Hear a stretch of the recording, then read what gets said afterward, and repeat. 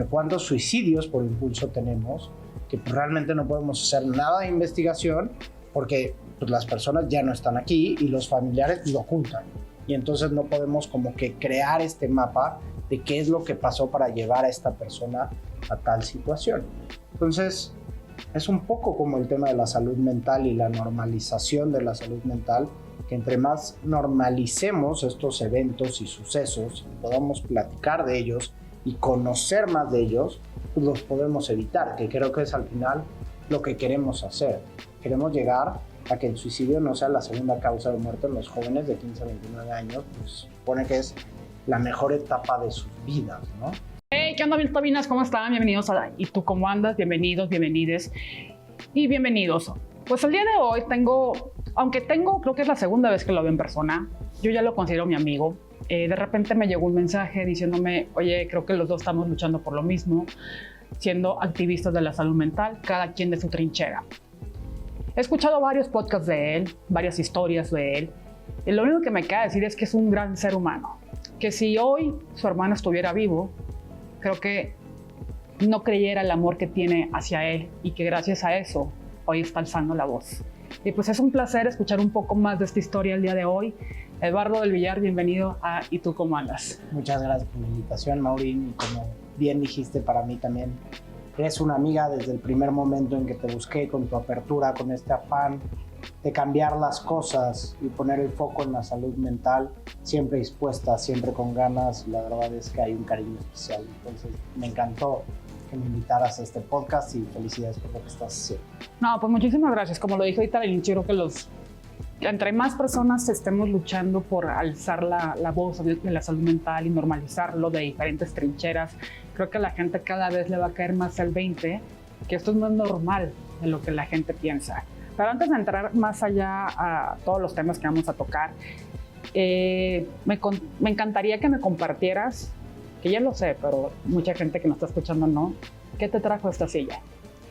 Claro, pues mira, como bien dijiste, creo que la muerte de mi hermano cambió todas las perspectivas de mi vida y de qué es lo que quería hacer y qué es lo que estaba buscando.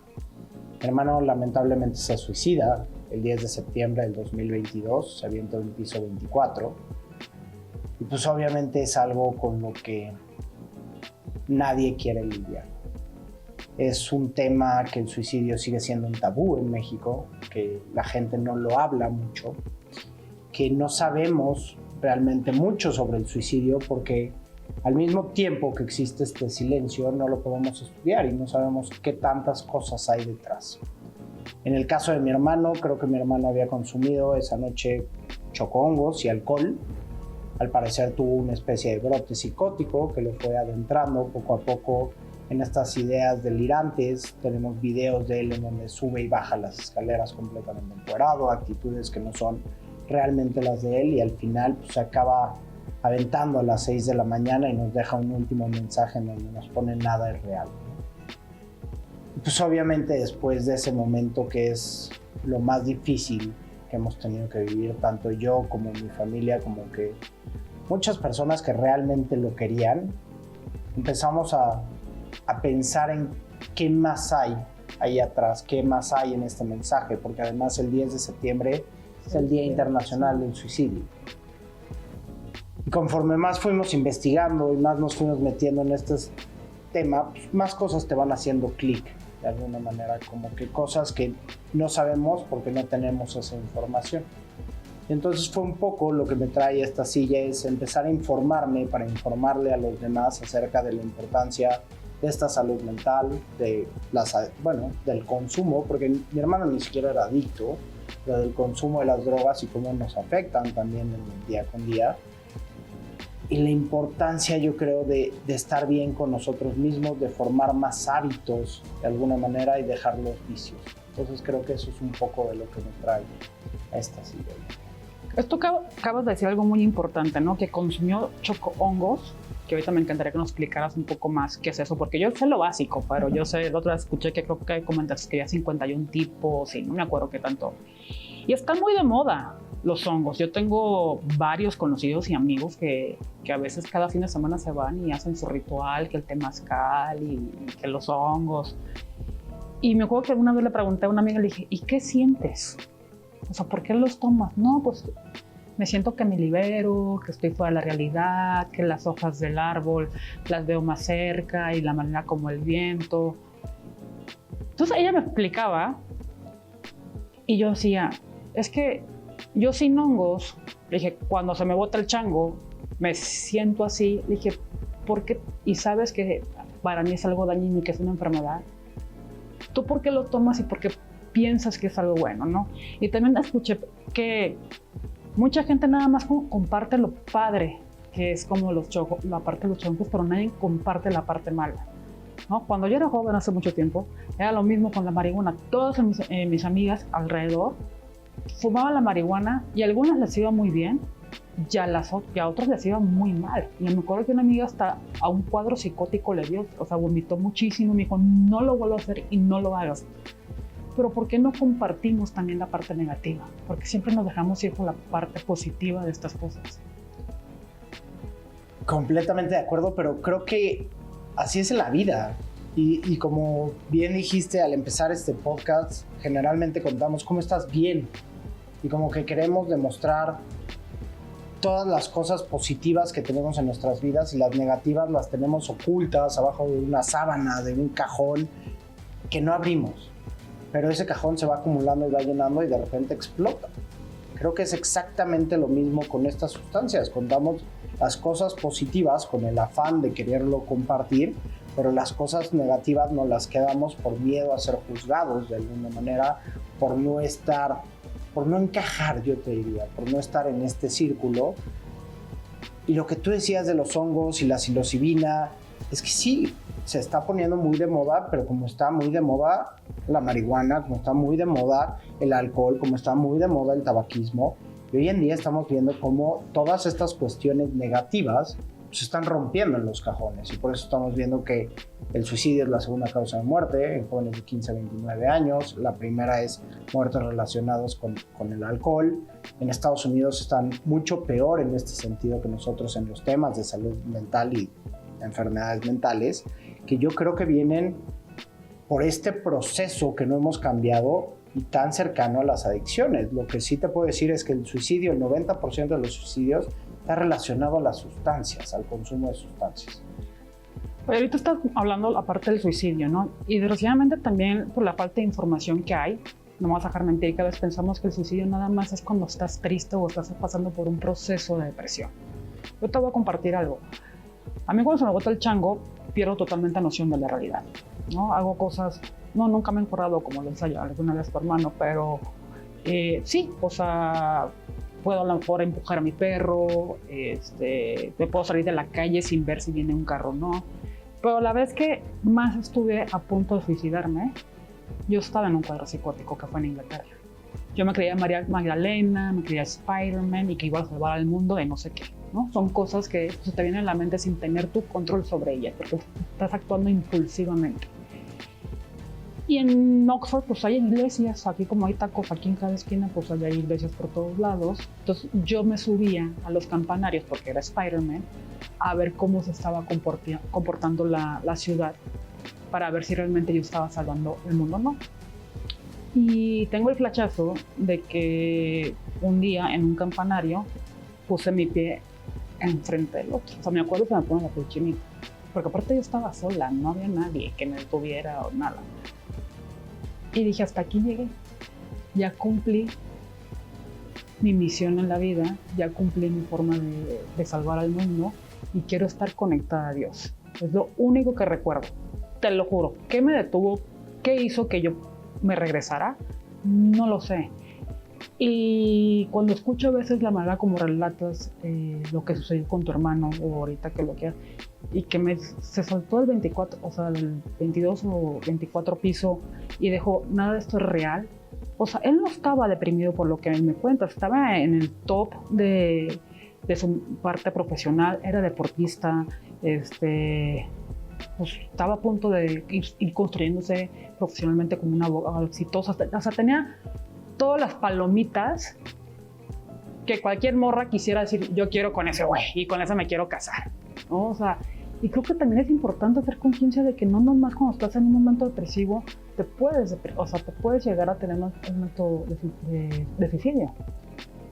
Sí, o sea, de hecho esto lo platicaba con Silvia Olmedo en uno de los podcasts que había hecho y ella igual me contó una historia que me dijo, esto nunca se lo había contado a nadie, pero escuchando la historia de tu hermano y escuchando cómo narras los procesos, una vez a mí me comí un brownie de marihuana, ya no sabía que el brownie tenía marihuana y estaba igual en este trip de felicidad absoluta en donde ella ya había terminado de estar y estaba en un departamento en una altura muy alta y dijo, pues ya, yo quiero desconectarme y conectarme con Dios, creo que también fue la parte, y ella está tan feliz que dijo, ya terminé.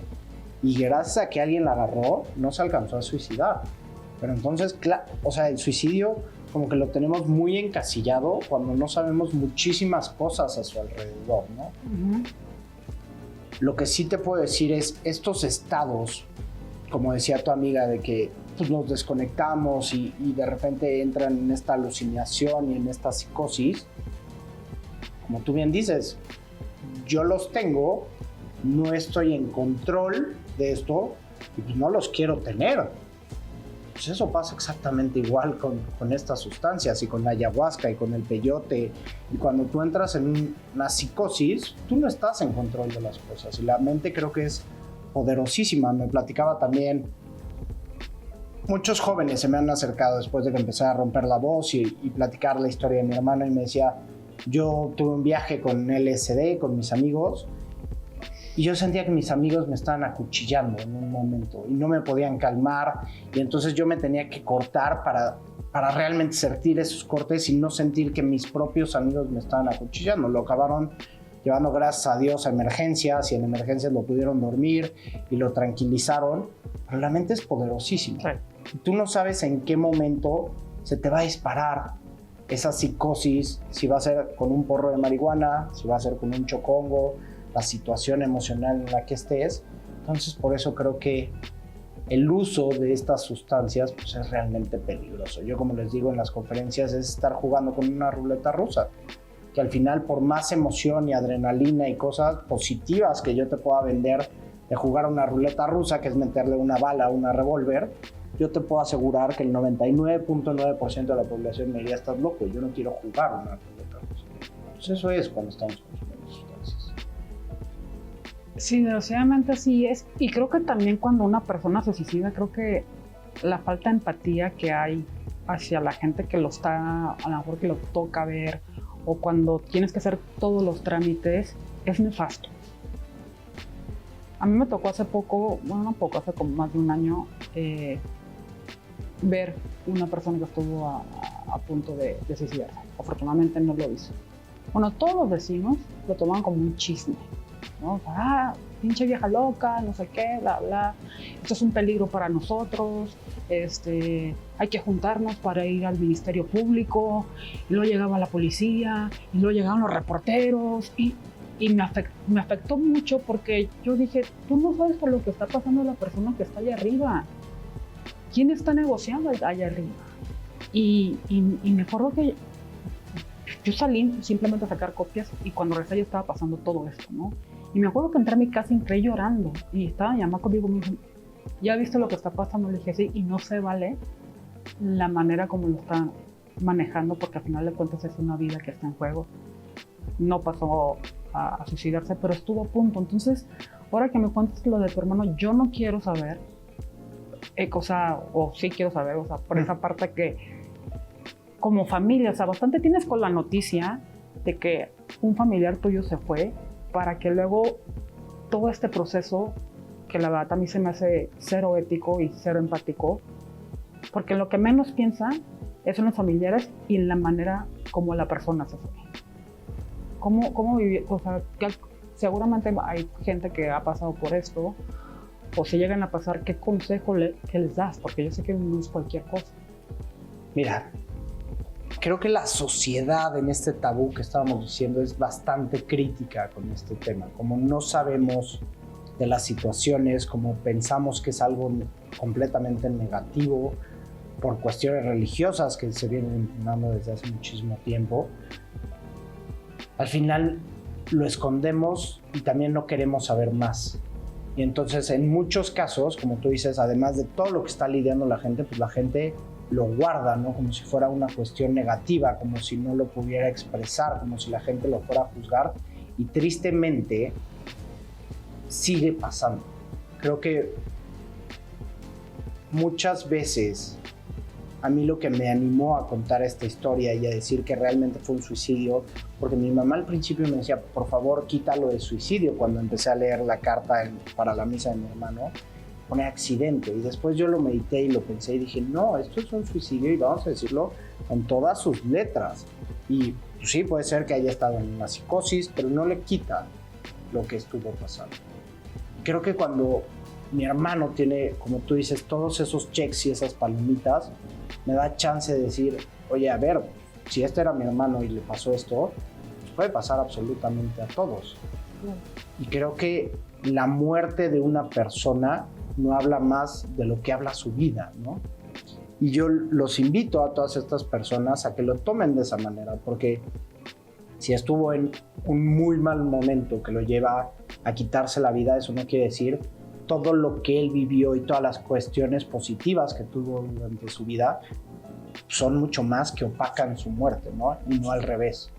No que la muerte opaque todo lo que hizo en su vida, y entonces hay que empezarlo a ver de una manera diferente y tener esta empatía con las personas que realmente están pasando por un mal momento o por un muy buen momento, o empezar a entender también qué es lo que está pasando por las personas, porque también lo que sabemos del suicidio es gracias a personas que lo han intentado y no lo lograron, siguen aquí y abren toda esta comunicación de lo que hay atrás.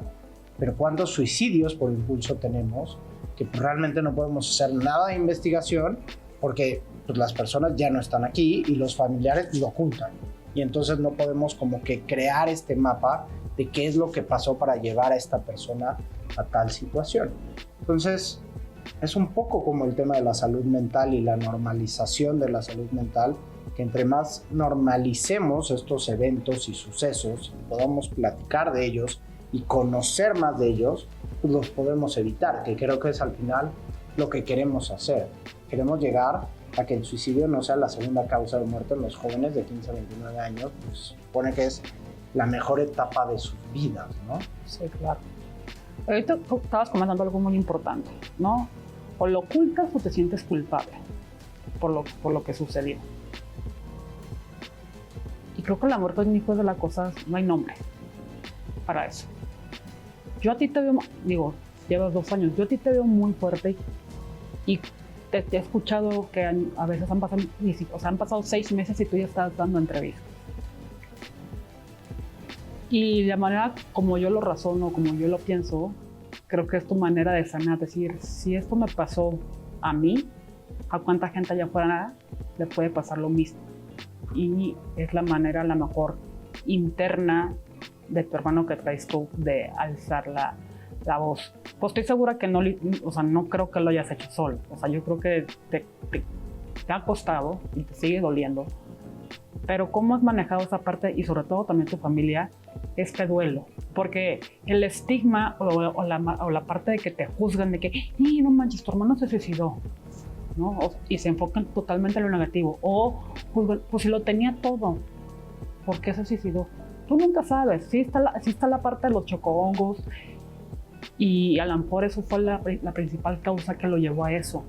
Pero a veces, como vuelvo lo mismo, la falta de empatía, a veces la sociedad te pone la etiqueta y no piensan en tu dolor o en el dolor de tus papás. ¿Cómo manejaron o cómo siguen manejando esa parte del duelo?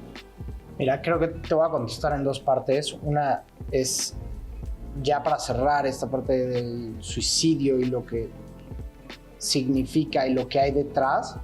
Claro que hay muchísimas cosas detrás, no nada más un chocongo, porque cuántas personas combinan chocongos con alcohol y no acaban en estos brotes psicóticos y no se acaban suicidando. Entonces estoy seguro que había cosas atrás, pero todos tenemos cosas atrás y todos cargamos maletas bien pesadas de recuerdos, de momentos difíciles en nuestras vidas, de nuestra propia existencia.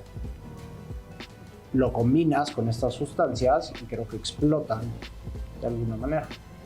Lo más correcto es empezar a ir a terapia y empezar a conocer esta sombra y esta mochila que tenemos, pues dejarla de cargar y realmente adueñarnos de ella y saber que nuestro pasado no es lo que nos está definiendo.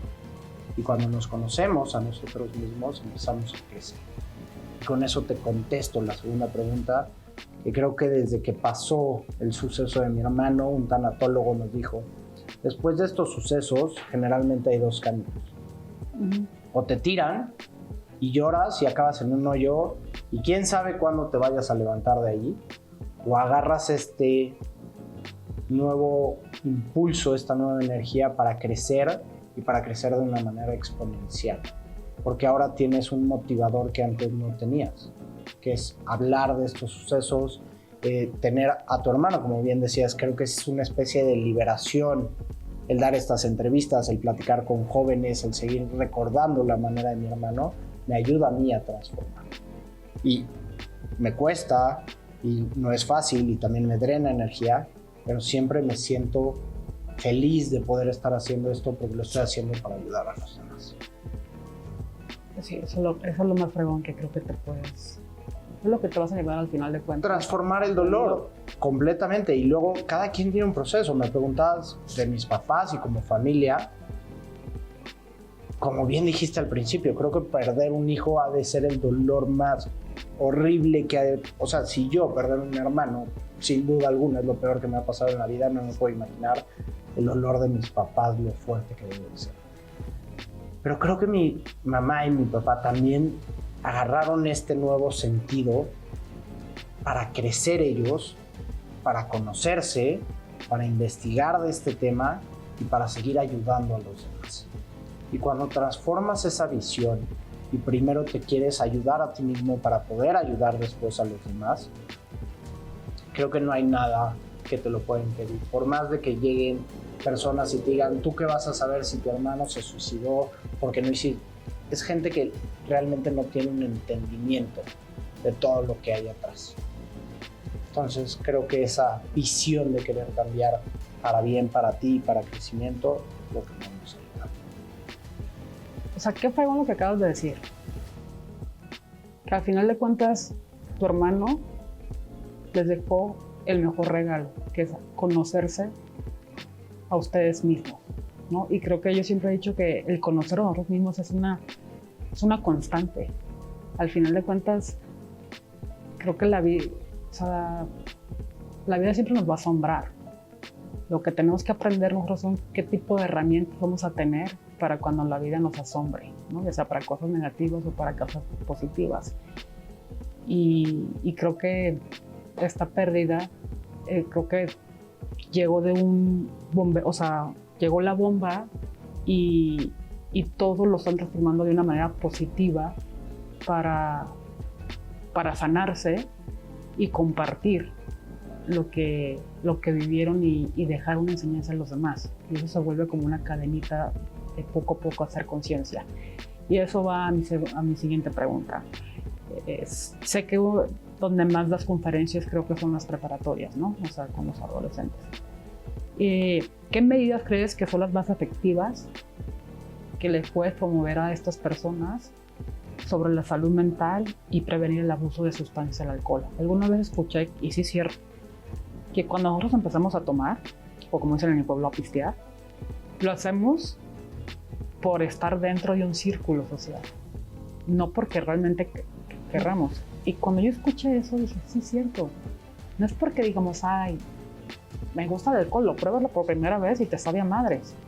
Pero como todos tus amigos alrededor ya están tomando y son los cools, los que están ya saliendo a los 15 años o empiezan a salir a las fiestas caseras, muchas veces hasta los papás, y creo que lo dice mucho Regina Curie, los mismos papás son los que te llevan a que empieces a tomar. ¿Qué te dicen? Prefiero que tomes en tu casa, que tomes en mi casa a que tomes afuera, ¿no? O te dicen, échate tu primer, o prefiero que piste, o que tomes conmigo a que tomes afuera.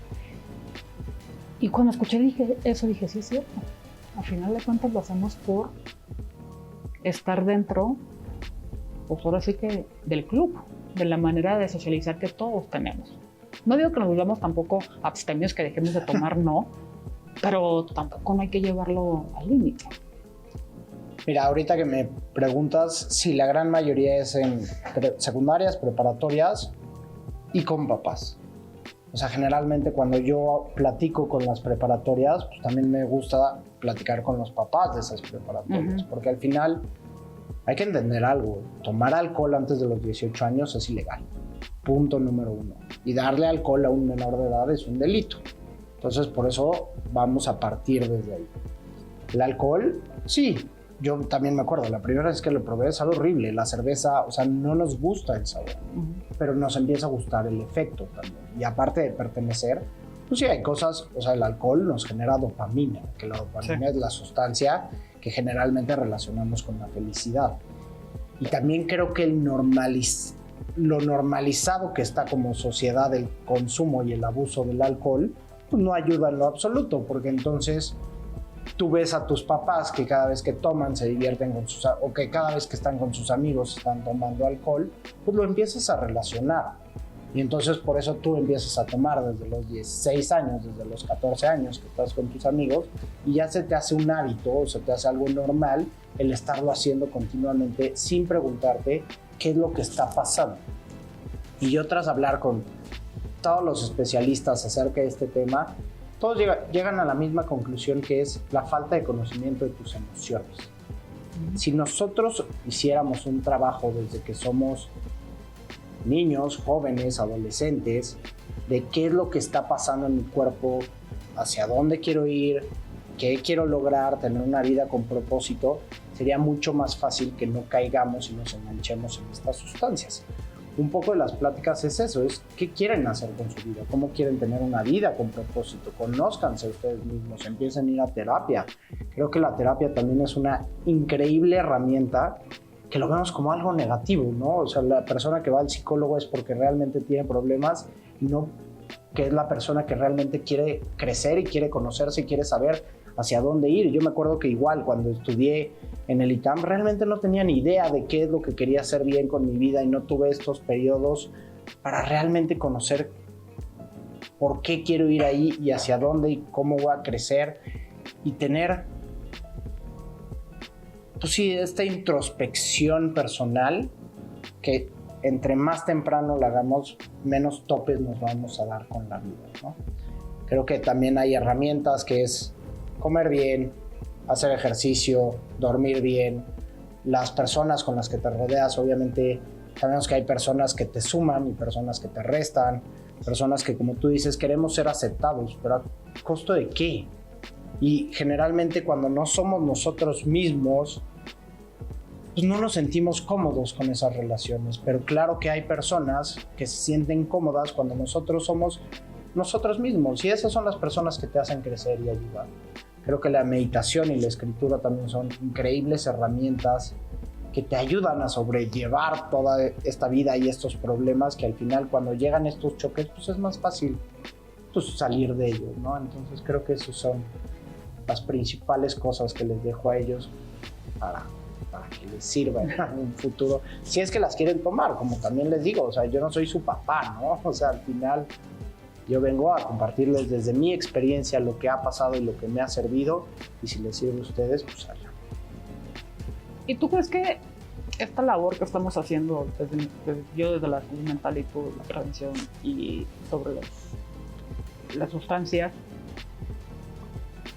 cómo ves a un México en un futuro con estos temas? O sea, ¿crees que sí poco a poco se vaya normalizando y que los hábitos se vayan cambiando, que el tema de ir a terapia lo normalicemos, o que desde chiquitos nos enseñen a reconocer nuestras emociones? Creo que sí, cada vez está hablando un poco más, pero creo que también esta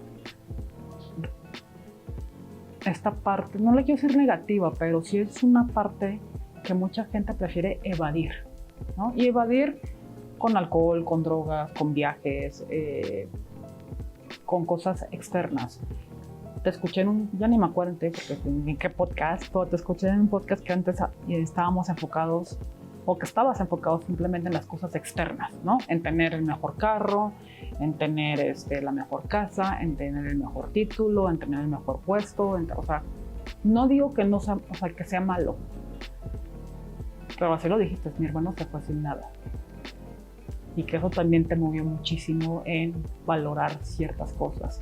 Y creo que todavía estamos viviendo en una parte muy materialista, que a veces lo que es el alcohol y las drogas nos hace pues mejor tomar esa decisión. ¿Tú crees que en algún futuro llegue a haber un cambio sobre esto? Pues mira, creo que hoy en día en México el problema es tan grande que ya no lo podemos ocultar. En Estados Unidos es exactamente el mismo tema, en donde la salud mental ya tiene que ser una prioridad porque ya estamos viendo las cuestiones negativas como sociedad que está generando todo esto alrededor, ¿no? Entonces, sí va a haber cambios fuertes y por eso cada vez tenemos más información y por eso la gente está más vívida de escuchar estos temas. Entonces, sin duda, sí tenemos que ir hacia un cambio porque si seguimos así como sociedad, pues vamos a acabar muy mal, ¿no? Toda la parte del capitalismo, del tener, la mejor chamba y el éxito y el trabajar 24/7 y encontrar realmente... Tenemos que ser realistas, o sea, el trabajo muchas veces ni nos gusta lo que hacemos y más bien es una necesidad y tenemos que replantearnos qué es lo que queremos hacer en nuestras vidas y a partir de esa construcción empezar a tener abundancia en nuestras vidas. Creo que si nosotros podemos canalizar el para qué somos buenos y en qué aportamos a los demás, eso lo podemos ir acomodando monetariamente, pero no al revés. Porque si nosotros nos enfocamos en este tener y en este somos a través de lo que tenemos, pues creo que Jim Carrey también lo decía en uno de sus speeches, que decía, me encantaría que todos pudieran ser famosos y tuvieran riqueza para que se den cuenta que por ahí no es. Correcto. Entonces es exactamente lo mismo. Creo que cuando llegan a ese nivel y se dan cuenta que no están felices y contentos, pues empiezan estos viajes, empiezan las drogas, empiezan a tapar estos hoyos porque no están cargando porque esa maleta de problemas, pues ahí sigue y va creciendo conforme va la vida y no se hacen cargo de ella.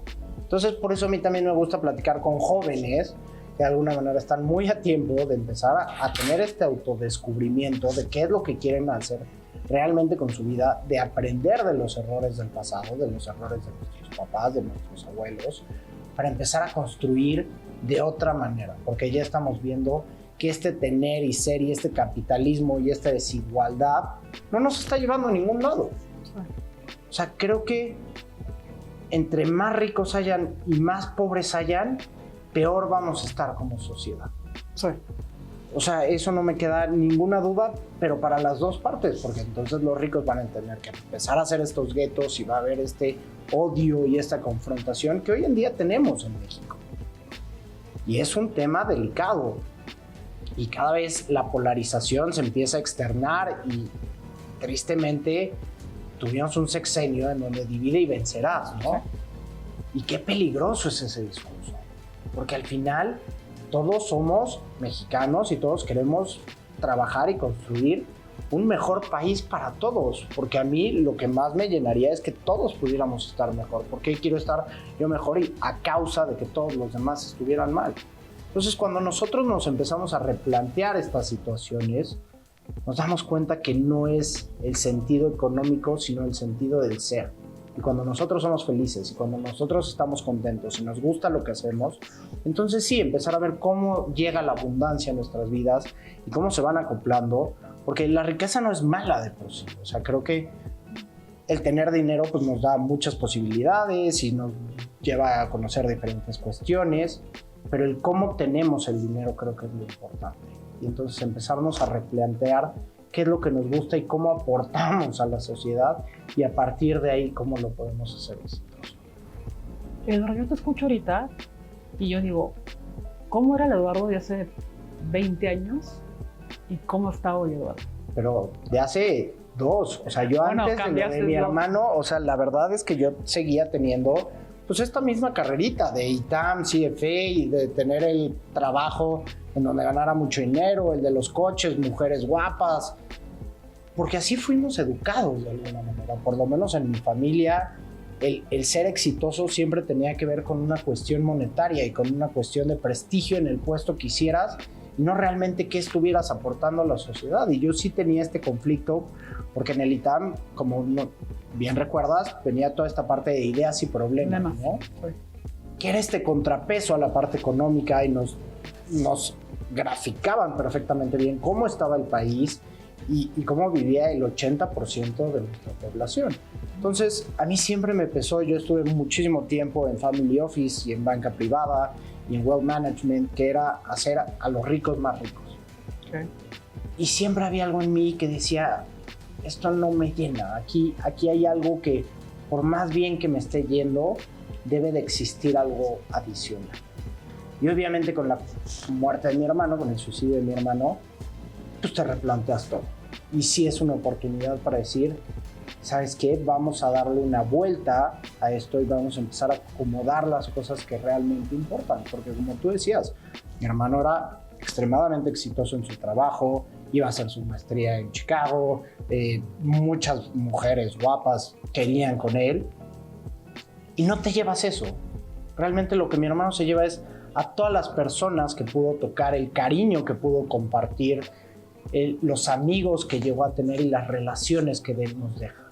Entonces, cuando empiezas a ver que la vida va más por ahí que en el tener, empiezan a cambiar muchas cosas de tu persona, empiezan a cambiar tus hábitos, empiezan a cambiar tus relaciones. Mi relación con mi esposa mejoró inmediatamente.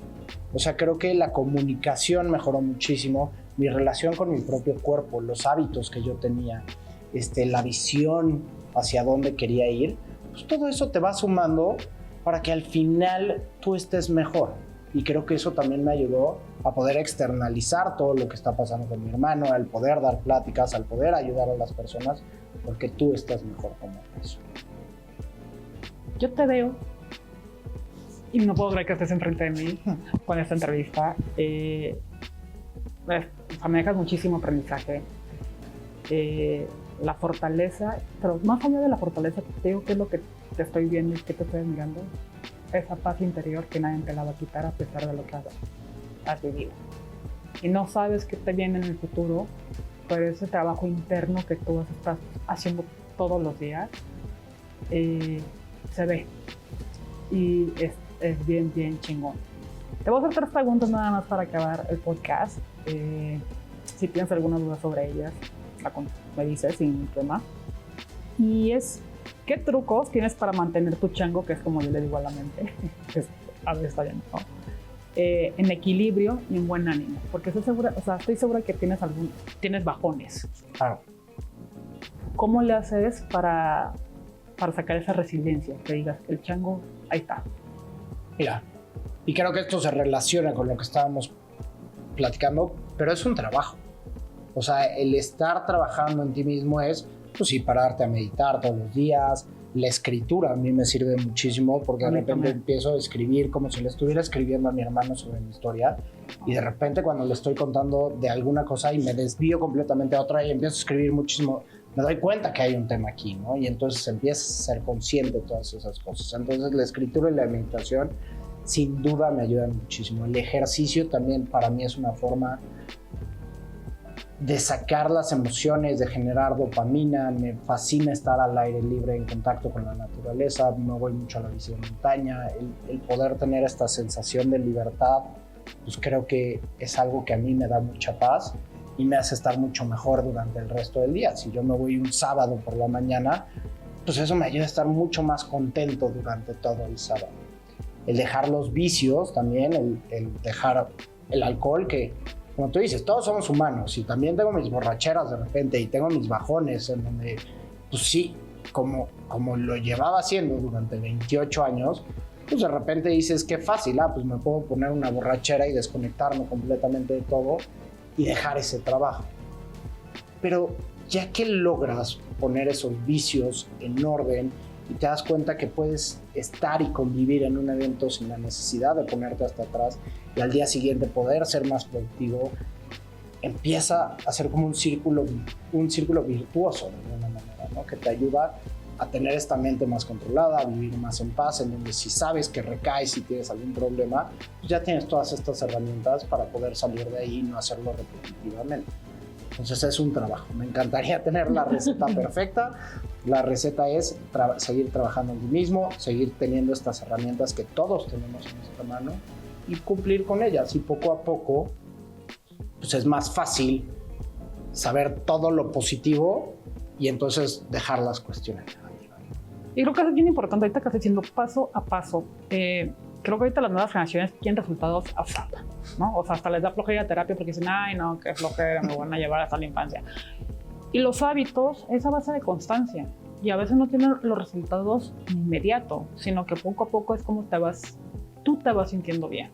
Y a veces no hay que correr, simplemente ir poco a poco y conocer ese nuevo Eduardo o esa nueva manera de decir, oye, por este nuevo camino me estoy sintiendo bien, ¿no? Y si recaigo poquito o si me hago 3 pasos para atrás, se vale, no importa, siempre y cuando no desistir en esa parte del camino. Y creo que en estos 2 años creo que es lo que has estado haciendo yo en los últimos días. Y no es fácil, pero tampoco no es imposible, ¿no? Claro. Cuéntanos sobre un desafío que te puso contra las cuerdas y cómo lo superaste.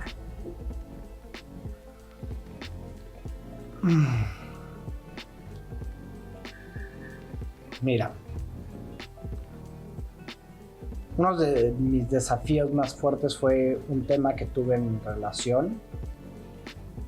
Cuando ya vivíamos juntos, éramos novios, tuvimos una pelea muy complicada. Y la manera de comunicarlo creo que fue una apertura basada en el amor. El poder ser completamente transparentes y honestos, queriendo ser positivos con la otra persona, siempre teniendo en mente que lo que yo quiero hacer es para ayudarme y para ayudarte. Y cuando tienes estas conversaciones y cuando tienes compartir estos sentimientos, creo que llegas a procesos muy profundos. Obviamente hay herramientas, fuimos a terapia de parejas, no sé, seguimos diferentes mecanismos que ya nos ayudaron. Pero creo que cuando realmente tocas momentos muy delicados en la vida, tienes que ser muy abierto con tus emociones, muy amoroso a la hora de compartir y ver desde dónde estás compartiendo y para qué quieres compartir. Y cuando compartes desde el amor, creo que las soluciones se acomodan para que se dé de una manera más fácil. Sí, y creo que también no estar de este lado narcisista, nada más de yo tengo la razón, ¿no? O sea, realmente poner las cosas en objetivos, ahí está la bola, cuál es tu punto de vista, cuál es el mío, qué nos llevó hasta aquí y tener la madurez de que hay